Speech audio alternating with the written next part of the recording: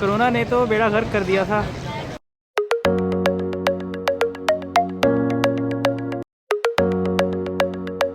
मैं मौजूद हूँ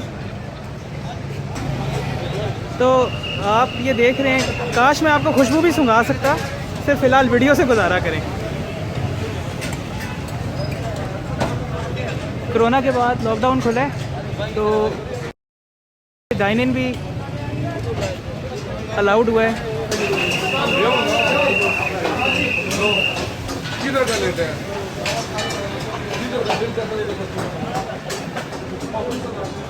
तो सीन्स कुछ ऐसे हैं। ये स्टेडियम रोड पर है ये जगह, और खाने की दुकान है। Of course as its name employees, food street है। और मैं के साथ लगाएंगे अगला